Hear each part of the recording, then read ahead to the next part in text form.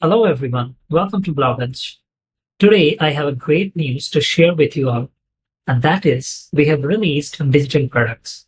And now you can start selling ebooks or courses all from your BlogHunch blog.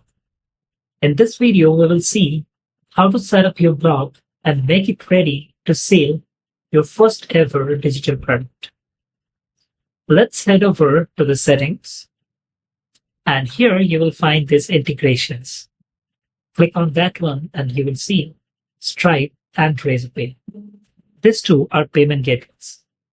The first one is being used to take USD payments, and the second one is used to take payments in INR. If you are not from India and would not like to take payments in INR, you can ignore this one and only configure Stripe. However, if you would like to accept payments in INR and USD both, you can configure Stripe and Razorpay. It is very easy to configure.